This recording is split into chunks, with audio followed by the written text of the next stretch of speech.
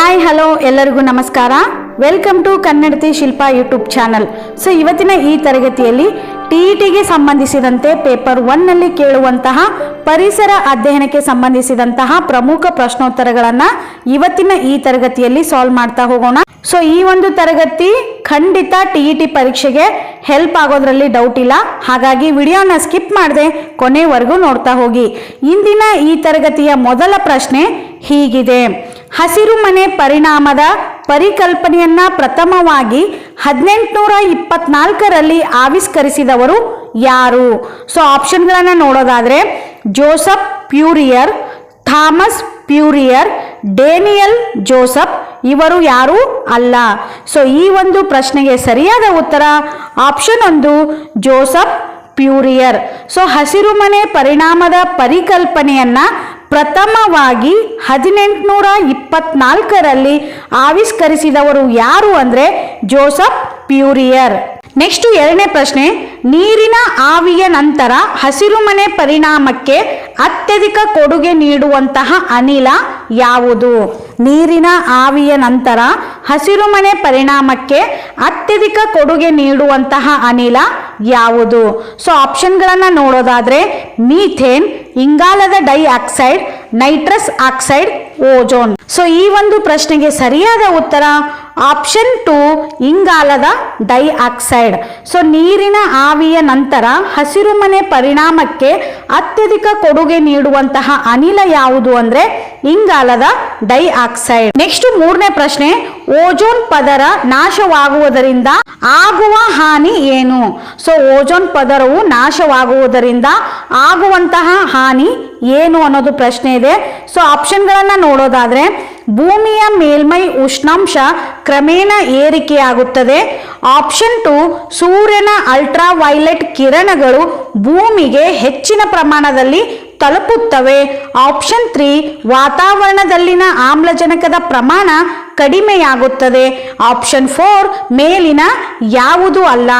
So ಈ ಒಂದು ಪ್ರಶ್ನೆಗೆ ಸರಿ ಉತ್ತರ ಯಾವುದು ಅಂದ್ರೆ ಆಪ್ಷನ್ 2 ಸೂರ್ಯನ ಅಲ್ಟ್ರಾ ವೈಲೆಟ್ ಕಿರಣಗಳು ಭೂಮಿಗೆ ಹೆಚ್ಚಿನ ಪ್ರಮಾಣದಲ್ಲಿ ತಲುಪುತ್ತವೆ.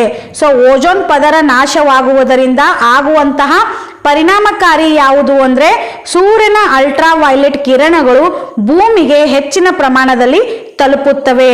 ಸೊ ಓಜೋನ್ ಮೇಲೆ ಖಂಡಿತ ಪ್ರಶ್ನೆಗಳು ಕೇಳುವಂತಹ ಸಾಧ್ಯತೆ ತುಂಬಾ ಇದೆ ಫ್ರೆಂಡ್ಸ್. ಹಾಗಾಗಿ ಈ ಒಂದು ತರಗತಿ ಖಂಡಿತ ನಿಮಗೆ ಹೆಲ್ಪ್ ಆಗೇ ಆಗುತ್ತೆ. ಇನ್ನು ನಾಲ್ಕನೇ ಪ್ರಶ್ನೆ ನೋಡೋದಾದ್ರೆ ಆಮ್ಲ ಮಳೆ ಉತ್ಪತ್ತಿಯಾಗಲು ಕಾರಣವಾಗುವಂತಹ ಅವಳಿ ಅನಿಲಗಳು ಯಾವುವು? ಸೊ ಆಮ್ಲ ಮಳೆ ಮೇಲೂ ಕೂಡ ಖಂಡಿತ ಪ್ರಶ್ನೆಗಳು ಬಂದೇ ಬರುತ್ತೆ. ಸೊ ಈ ಒಂದು ಆಮ್ಲ ಮಳೆ ಉತ್ಪತ್ತಿ ಆಗಬೇಕು ಅಂದ್ರೆ ಕಾರಣವಾಗುವಂತಹ ಅನಿಲಗಳು ಅಂದ್ರೆ ಅವಳಿ ಅನಿಲಗಳು ಯಾವುವು ಅನ್ನೋದು ಪ್ರಶ್ನೆ ಇದೆ. ಸೊ ಆಪ್ಷನ್ಗಳನ್ನ ನೋಡೋದಾದ್ರೆ ಆಪ್ಷನ್ 1 ಮೀಥೇನ್ ಮತ್ತು sulphur dioxide, option 2 carbon dioxide ಮತ್ತು ಸಲ್ಫರ್ ಡೈಆಕ್ಸೈಡ್, ಆಪ್ಷನ್ 3 ಆಮ್ಲಜನಕ ಮತ್ತು ನೈಟ್ರಸ್ ಆಕ್ಸೈಡ್, ಆಪ್ಷನ್ 4 ಮೀಥೇನ್ ಮತ್ತು ಓಜೋನ್. ಸೊ ಈ ಒಂದು ಪ್ರಶ್ನೆಗೆ ಸರಿ ಉತ್ತರ ಆಪ್ಷನ್ 3 ಆಮ್ಲಜನಕ ಮತ್ತು ನೈಟ್ರಸ್ ಆಕ್ಸೈಡ್. ಸೊ ಆಮ್ಲ ಮಳೆ ಉತ್ಪತ್ತಿ ಆಗಬೇಕು ಅಂದ್ರೆ ಕಾರಣವಾಗುವಂತಹ ಅವಳಿ ಅನಿಲಗಳು ಯಾವುವು ಅಂದ್ರೆ ಆಮ್ಲಜನಕ ಮತ್ತು ನೈಟ್ರಸ್ ಆಕ್ಸೈಡ್. ಸೊ ಇದು ವೆರಿ ಇಂಪಾರ್ಟೆಂಟ್ ಪ್ರಶ್ನೆ ಅಂತಾನೆ ಹೇಳ್ಬೋದು ಫ್ರೆಂಡ್ಸ್. ನೆಕ್ಸ್ಟ್ 5ನೇ ಪ್ರಶ್ನೆ: ಓಜೋನ್ ಪದರ ನಾಶದಿಂದಾಗಿ ಹೆಚ್ಚಿನ ಅಲ್ಟ್ರಾ ವೈಲೆಟ್ ಕಿರಣಗಳು ವಾತಾವರಣಕ್ಕೆ ಹೆಚ್ಚಿನ ಪ್ರಮಾಣದಲ್ಲಿ ತಲುಪುವುದರಿಂದ ಮಾನವನಿಗೆ ಬರುವಂತಹ ಪ್ರಮುಖ ಕಾಯಿಲೆ ಯಾವುದು ಅನ್ನೋದು ಪ್ರಶ್ನೆ ಇದೆ. ಸೊ ಇದು ಕೂಡ ತುಂಬಾ ಇಂಪಾರ್ಟೆಂಟ್ ಆದಂತಹ ಪ್ರಶ್ನೆ ಅಂತಾನೆ ಹೇಳ್ಬೋದು. ಸೊ ಓಜೋನ್ ಪದರ ನಾಶದಿಂದಾಗಿ ಹೆಚ್ಚಿನ ಅಲ್ಟ್ರಾ ವೈಲೆಟ್ ಕಿರಣಗಳು ವಾತಾವರಣಕ್ಕೆ ತಲುಪುತ್ತದೆ. ಸೊ ಈ ಒಂದು ಹೆಚ್ಚಿನ ಪ್ರಮಾಣದಲ್ಲಿ ತಲುಪುವುದರಿಂದ ಮಾನವನಿಗೆ ಬರುವಂತಹ ಪ್ರಮುಖ ಕಾಯಿಲೆ ಯಾವುದು ಅನ್ನೋದು ಪ್ರಶ್ನೆ ಇದೆ. ಸೊ ಈ ಪ್ರಶ್ನೆಗೆ ಆಪ್ಷನ್ಗಳನ್ನ ನೋಡೋದಾದ್ರೆ ಆಪ್ಷನ್ 1 ಚರ್ಮದ cancer, option 2 liver cancer, option 3 ಜೀರ್ಣಾಂಗ ವ್ಯವಸ್ಥೆ ಶಿಥಿಲವಾಗುವುದು, ಆಪ್ಷನ್ 4 ಮಾನಸಿಕ ಕಾಯಿಲೆ. ಸೊ ಈ ಒಂದು ಪ್ರಶ್ನೆಗೆ ಸರಿ ಉತ್ತರ ಆಪ್ಷನ್ 1 ಚರ್ಮದ ಕ್ಯಾನ್ಸರ್. ಸೊ ಓಜೋನ್ ಪದರ ನಾಶದಿಂದಾಗಿ ಹೆಚ್ಚಿನ ಅಲ್ಟ್ರಾ ವೈಲೆಟ್ ಕಿರಣಗಳು ನಮ್ಮ ವಾತಾವರಣಕ್ಕೆ ತಲುಪುತ್ತವೆ. ಸೊ ಇದರಿಂದ ಮಾನವನಿಗೆ ಬರುವಂತಹ ಪ್ರಮುಖ ಕಾಯಿಲೆ ಯಾವುದು ಅಂದ್ರೆ ಚರ್ಮದ ಕ್ಯಾನ್ಸರ್. ನೆಕ್ಸ್ಟ್ 6ನೇ ಪ್ರಶ್ನೆ: ವಿಷಪೂರಿತ ತ್ಯಾಜ್ಯದಿಂದ ಪರಿಸರದ ಮೇಲೆ ಆಗುವ ಪ್ರಮುಖ ಪರಿಣಾಮವೇನು? ವಿಷಪೂರಿತ ತ್ಯಾಜ್ಯದಿಂದ ಪರಿಸರದ ಮೇಲೆ ಆಗುವಂತಹ ಪ್ರಮುಖ ಪರಿಣಾಮವೇನು? ಸೊ ಆಪ್ಷನ್ಗಳನ್ನು ನೋಡೋದಾದ್ರೆ ವಾಯು ಮಾಲಿನ್ಯ, ಜೀವ ವೈವಿಧ್ಯ ನಾಶ, ಅಂತರ್ಜಲ ಕಲುಷಿತವಾಗುವುದು, ಇವು ಯಾವುದು ಅಲ್ಲ. ಸೊ ಈ ಒಂದು ಪ್ರಶ್ನೆಗೆ ಸರಿ ಉತ್ತರ ಆಪ್ಷನ್ 3 ಅಂತರ್ಜಲ ಕಲುಷಿತವಾಗುವುದು. ಸೊ ವಿಷಪೂರಿತ ತ್ಯಾಜ್ಯದಿಂದ ಪರಿಸರದ ಮೇಲೆ ಆಗುವಂತಹ ಪ್ರಮುಖ ಪರಿಣಾಮ ಯಾವುದು ಅಂದ್ರೆ ಅಂತರ್ಜಲ ಕಲುಷಿತವಾಗುವುದು. ನೆಕ್ಸ್ಟ್ 7ನೇ ಪ್ರಶ್ನೆ, ನಮ್ಮ ವಾತಾವರಣದಲ್ಲಿರುವಂತಹ ಪ್ರಮುಖ ಅನಿಲ ಯಾವುದು? ಸೊ ನಮ್ಮ ವಾತಾವರಣದಲ್ಲಿರುವಂತಹ ಪ್ರಮುಖ ಅನಿಲ ಯಾವುದು? ಸೊ ಆಪ್ಷನ್ಗಳನ್ನು ನೋಡೋದಾದ್ರೆ ಆಮ್ಲಜನಕ, ಜಲಜನಕ, ಇಂಗಾಲದ ಡೈಆಕ್ಸೈಡ್, ಸಾರಜನಕ. ಸೊ ಈ ಒಂದು ಪ್ರಶ್ನೆಗೆ ಸರಿ ಉತ್ತರ ಆಪ್ಷನ್ 4 ಸಾರಜನಕ. ಸೊ ನಮ್ಮ ವಾತಾವರಣದಲ್ಲಿರುವಂತಹ ಪ್ರಮುಖ ಅನಿಲ ಯಾವುದು ಅಂದ್ರೆ ಸಾರಜನಕ. ಇದರ ಜೊತೆಗೆ ನಮ್ಮ ವಾತಾವರಣದಲ್ಲಿರುವಂತಹ ಅತಿ ಹೆಚ್ಚಿನ ಪ್ರಮಾಣದಲ್ಲಿರುವಂತಹ ಅನಿಲ ಯಾವುದು ಅಂದ್ರೆ ಸಾರಜನಕ. ಸೆಕೆಂಡು ಆಮ್ಲಜನಕ ಬರುತ್ತದೆ. ನೆಕ್ಸ್ಟ್ 8ನೇ ಪ್ರಶ್ನೆ, ಈ ಕೆಳಗಿನಗಳಲ್ಲಿ ಯಾವುದು ಜಾಗತಿಕ ತಾಪಮಾನದಿಂದಾಗುವ ಪರಿಣಾಮವಲ್ಲ? ಸೊ ಕ್ವಶನ್ ಅನ್ನ ಸರಿಯಾಗಿ ಓದ್ಬೇಕಾಗುತ್ತೆ.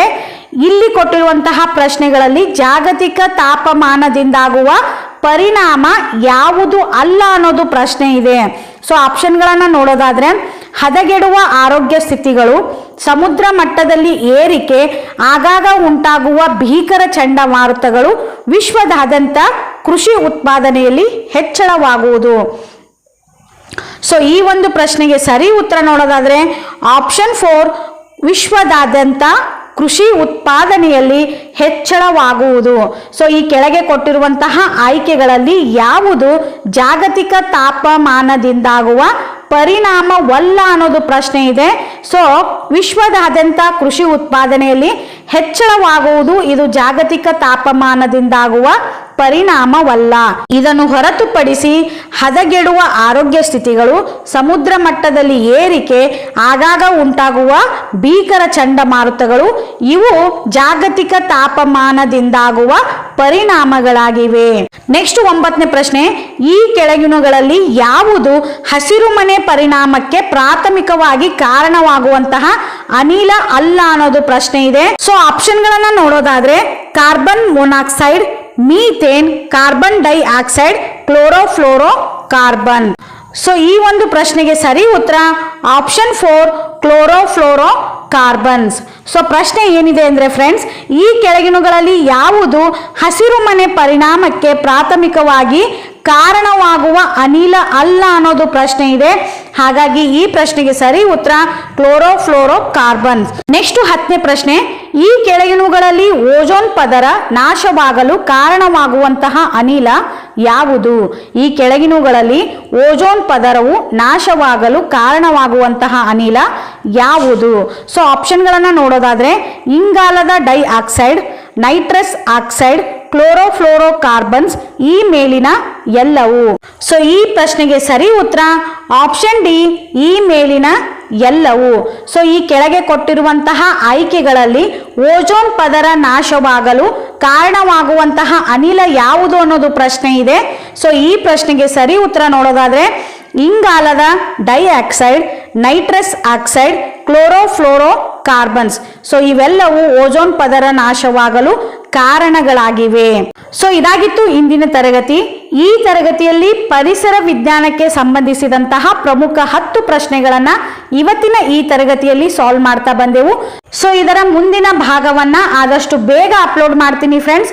ಅಲ್ಲಿಯವರೆಗೂ keep watching our YouTube channel ಅಂತ ಹೇಳ್ತಾ take care, bye bye friends. ಹಾಗೆ ಫ್ರೆಂಡ್ಸ್, ಈ ತರಗತಿ ನಿಮಗೆ ಇಷ್ಟವಾದರೆ ಪ್ಲೀಸ್ ಒಂದು ಲೈಕ್ ಕೊಡೋದನ್ನ ಮರಿಬೇಡಿ. ಅದರ ಜೊತೆಗೆ ಈ ನಿಮ್ಮ ಚಾನಲ್ ಅನ್ನ ನಿರಂತರವಾಗಿ ವೀಕ್ಷಣೆ ಮಾಡ್ತಾ ಇರಿ. ನಿಮ್ಮ ಚಾನಲ್ ಮೇಲೆ ನಿಮ್ಮ ಸಪೋರ್ಟು ಯಾವಾಗಲೂ ಹೀಗೆ ಇರಲಿ ಅಂತ ಕೇಳಿಕೊಳ್ಳುತ್ತಾ, ಸೊ ಎಲ್ಲರಿಗೂ ಒಳ್ಳೆಯದಾಗಲಿ. Take care, bye bye friends.